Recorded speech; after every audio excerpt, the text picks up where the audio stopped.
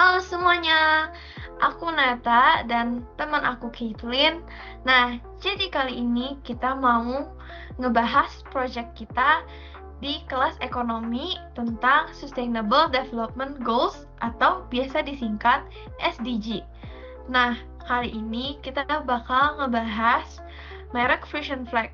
Tapi kita disclaimer dulu ya, video ini dibuat tidak bermaksud untuk menjatuhkan suatu produk kayak Fusion Flag misalnya. Kita hanya menggunakan Fusion Flag sebagai bahan dari penelitian kita.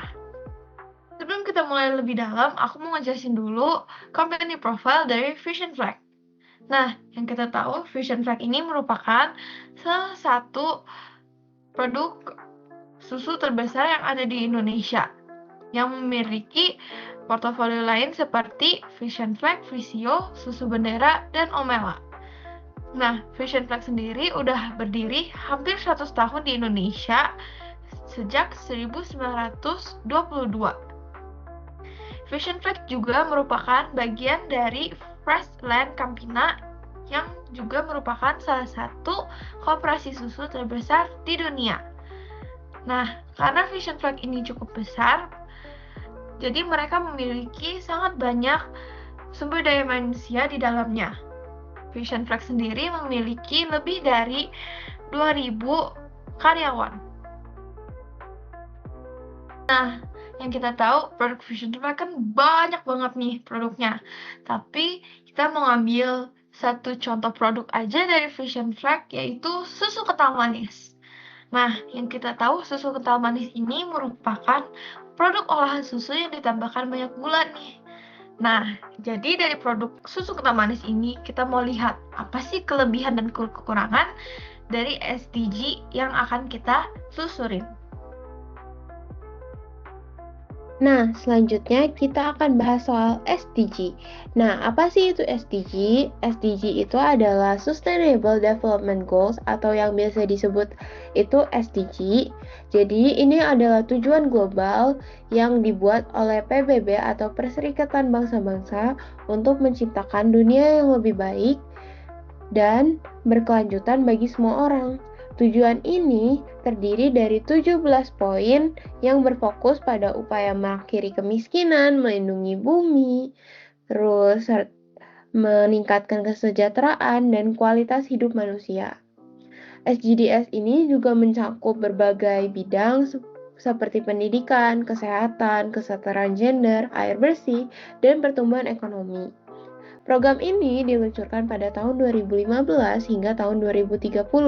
Sebelumnya, terdapat program juga yang sama seperti ini, yaitu Millennium Development Goals atau MGDS yang berlangsung pada tahun 2000 sampai 2015.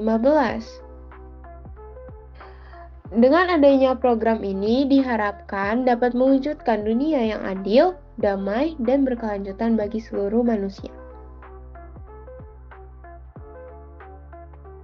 Selanjutnya, kita akan membahas kelebihan SGDS dengan susu kental manis. Pertama, hal ini berhubungan dengan SGD nomor 2 atau Zero Hunger atau tanpa kelaparan. Produk ini memberikan gizi dan energi kepada masyarakat dan mudah ditemukan dan terjangkau di pasaran. Susu kental manis mengandung zat-zat gizi dasar seperti karbohidrat, protein, dan lemak yang dapat memberikan tambahan energi bagi tubuh. Dengan harga yang relatif murah dan masa simpan yang lama, produk ini membantu masyarakat di berbagai daerah agar tetap memiliki akses terhadap bahan pangan yang bergizi. Hal ini menunjukkan bahwa keberadaan produk Fusion Flag turut berperan untuk mendukung upaya pengentasan kelaparan dan peningkatan asupan gizi masyarakat. Kedua, susu kental manis berhubungan dengan SDG nomor 8, yaitu Decent Work and Economic Growth, atau bisa disebut pekerjaan yang layak dan pertumbuhan ekonomi. Melalui kegiatan produksinya, perusahaan ini menyediakan lapangan kerja di dalam negeri. Tetapi perusahaan ini juga berperan aktif dalam mendorong pertumbuhan ekonomi nasional melalui melakukan kegiatan ekspor. Produk susu kental manis dari Frisian Flag telah menjadi salah satu komoditas ekspor unggulan Indonesia di sektor pangan pengolahan. Dengan mengekspor produknya ke berbagai negara seperti Filipina dan Malaysia, perusahaan turut membantu meningkatkan ekonomi negara, memperkuat daya saing industri lokal, dan memperluas jangkauan pasaran internasional bagi produk-produk di Indonesia. Terakhir, susu kental manis berhubungan dengan SDG nomor 1, yaitu No Poverty atau tanpa kemiskinan. Susu kental manis merupakan produk yang terjangkau dan mudah digunakan oleh berbagai kalangan masyarakat. Susu ini banyak digunakan oleh pelaku usaha kecil seperti penjual makanan, pedagang minuman, dan industri rumahan. Orang-orang tersebut memanfaatkan susu kental manis ini untuk membuat kopi, teh, dan makanan manis. Hal ini membantu mereka meningkatkan penghasilan dan memperluas peluang usaha. Selain itu, proses produksi dan distribusi susu kental manis juga menciptakan lapangan pekerjaan bagi petani susu, pekerja pabrik, dan juga tenaga distribusi, sehingga turut berperan dan mengurangi tingkat kemiskinan, dan juga meningkatkan kesejahteraan masyarakat. Yang tidak sesuai itu ada SDG nomor 2, yaitu Zero Hunger, karena masih banyak orang yang menyalahartikan susu kental manis itu sebagai pengganti susu, padahal susu kental manis ini biasa digunakan untuk campuran bahan makanan. Padahal tujuannya susu kental manis itu hanya untuk gizi tambahan suatu konsumen yang mengkonsumsinya, bukan merupakan gizi utama yang akan dikonsumsi harian. Karena gizi yang ada di dalam susu kental manis ini sangatlah sedikit dan tidak bisa mencakup semua kebutuhan yang dibutuhkan manusia dalam sehari. Dan dalam kandungan susu kental manis ini sangat banyak gula yang bisa meningkatkan resiko obesitas, diabetes, dan penyakit lainnya yang berkaitan dengan SDG nomor 3. SDG nomor 3 yaitu Good Health itu juga tidak sesuai dengan produk susu kental manis, karena susu kental manis ini terlalu banyak gulanya. Kalau kita lihat di komposisinya, itu gula pasti ada di bagian atas yang menandakan bahwa kandungan gula itu sangat banyak di produk susu kental manis. Padahal susu kental manis ini bisa membuat yang mengkonsumsinya menjadi obesitas, kelebihan gula ya atau diabetes, dan juga memiliki penyakit lain. Padahal SDG nomor 3 Good Health itu berfokus kepada pengurangan penyakit. Jadi ini tidak sesuai. Selanjutnya ada SDG nomor 12 Responsible Consumption and Production. Ini juga nggak sesuai dengan produk susu kental manis, karena SDG nomor 12 ini mendorong konsumen yang lebih bertanggung jawab.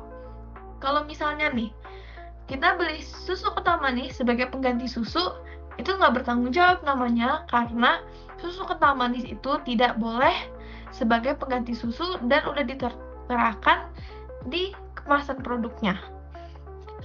Produk yang kandungan gulanya tinggi seperti susu kental manis juga perlu untuk dibatasi agar tidak berlebihan gula, sehingga manusia yang mengkonsumsinya bisa lebih sehat.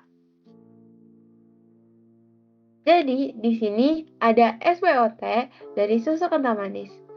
Pertama, ada S untuk strength. Strength yang pertama yaitu produk susu kental manis ini dapat memberikan gizi kepada masyarakat.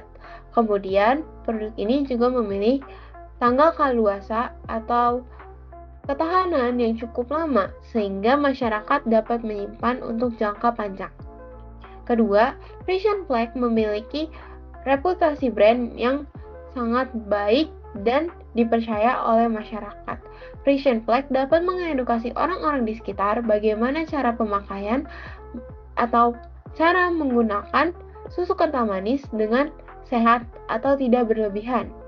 Walaupun begitu, terdapat juga weakness-nya. Weakness yang pertama, penjualan produk ini masih belum merata, Jadi di daerah-daerah terpencil masih banyak orang yang tidak bisa mendapatkan produk ini, sehingga mereka perlu memperluas penjualan produk.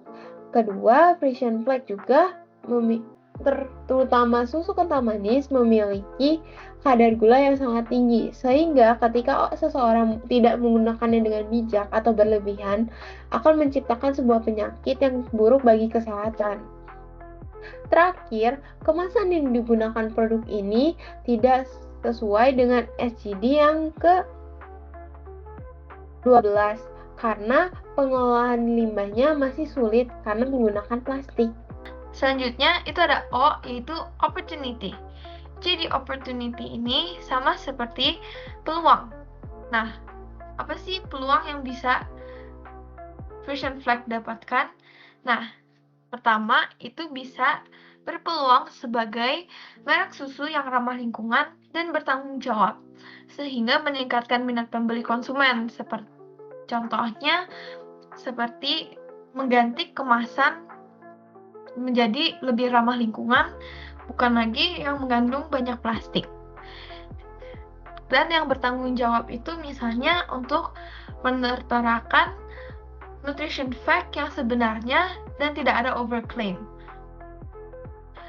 Dan ada peluang kedua, yaitu menjadi produk yang memiliki citra positif dan kepatuhan pada regulasi lingkungan.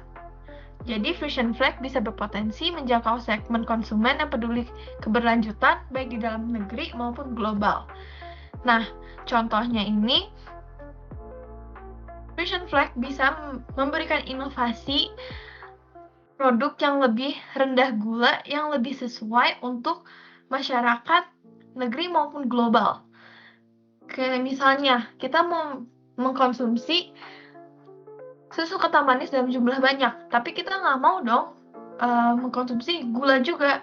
Jadi Frisian Flag bisa mengurangi kadar gula dalam produknya supaya kita bisa mengkonsumsi susu kental manis tanpa rasa khawatir. Nah, selanjutnya itu ada T atau threats yang merupakan ancaman. Nah, jadi yang kita tahu, Frisian Flag ini merupakan salah satu produk susu terbesar yang ada di Indonesia. Otomatis Frisian Flag ini memiliki banyak pesaing. Nah, jadi persaingan dari produk susu itu bisa berfokus pada kesehatan dan produk susu yang lebih rendah lemak. Jadi kompetitor juga akan kewalahan untuk mengejar standar yang dimiliki oleh Frisian Flag.